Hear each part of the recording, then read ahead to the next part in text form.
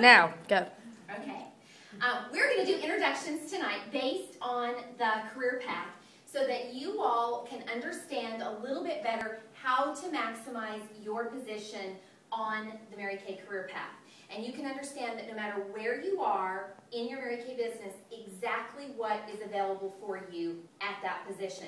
And then, more importantly, how you can maximize your efforts and your income by moving to the next position on the Mary Kay career path. Now, probably the neatest thing about what we do with Mary Kay is that this is your own gig.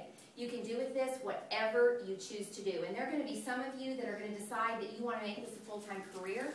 There are going to be some of you who decide that you love just selling this product and spoiling people and just, sharing the product with them. The beautiful part about this gets to be whatever you choose for it to be, okay? And so we're going to talk a lot tonight about how to maximize your position. So I am going to pick, can I pick on you? I can. Or do you just want to sit right there? Look at her. She's just perfect because she is brand new. So we're just going to assume, I want you to stand right here. Okay, tell us your name. My name is Lynn Warren. Okay, tell them what you do in your day job. I'm a software developer. I write college administrative software. Wow, you have a lot in common with Susan Smith. She teaches at the junior college. That's cool. So what she does, and she already said this to me, this is way out of my comfort zone. What I do during the day, I sit with the computer. I'm not I'm not out with people a lot. But then we got to talking a lot about, she has 3 girls, and her littlest is in the first grade. So she's got a long time to be a mommy and to want to be available and all of that. And so we got to really talking about what this could mean to her in giving her a little bit more flexibility. She's about to move her office home, and she's really looking for some flexibility. Her oldest is a senior, and that has been her chauffeur for the rest of the girls. And so she's needing to be more available because Emily's about to go to college. And so lots of this kind of fit, even though the vehicle that came to her in Mary Kay was a lot different than she ever dreamed this would be. So I just said to her when we met at Waffle House that day, if you can forget for a second that this is coming to you in the shape of a lipstick, if you can just ignore that and put that aside, let's just look at the business opportunity. So, for all practical purposes, she is brand spanking new. She has ordered her starter kit. She has opened the box. That is exactly where she's at, okay?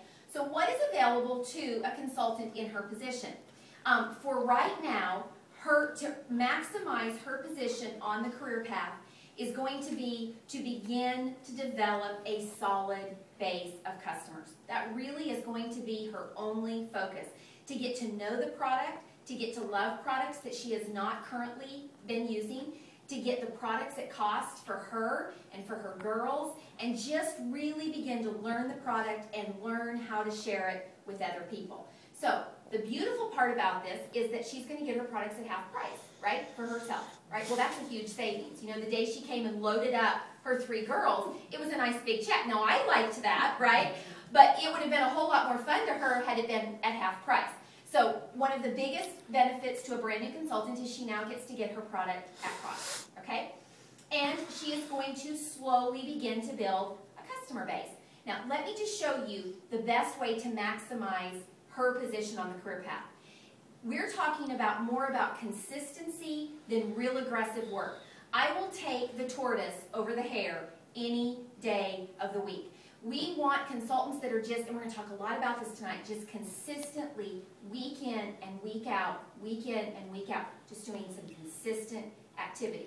So let's just say, amongst 3 girls, a commute of about 45 minutes, a full-time job, and she's also a single mom, so she's got a lot on her plate. So let's just assume that all she can fit in is just 1 party a week, and maybe not even that. It might even turn into 2 to 3 a month.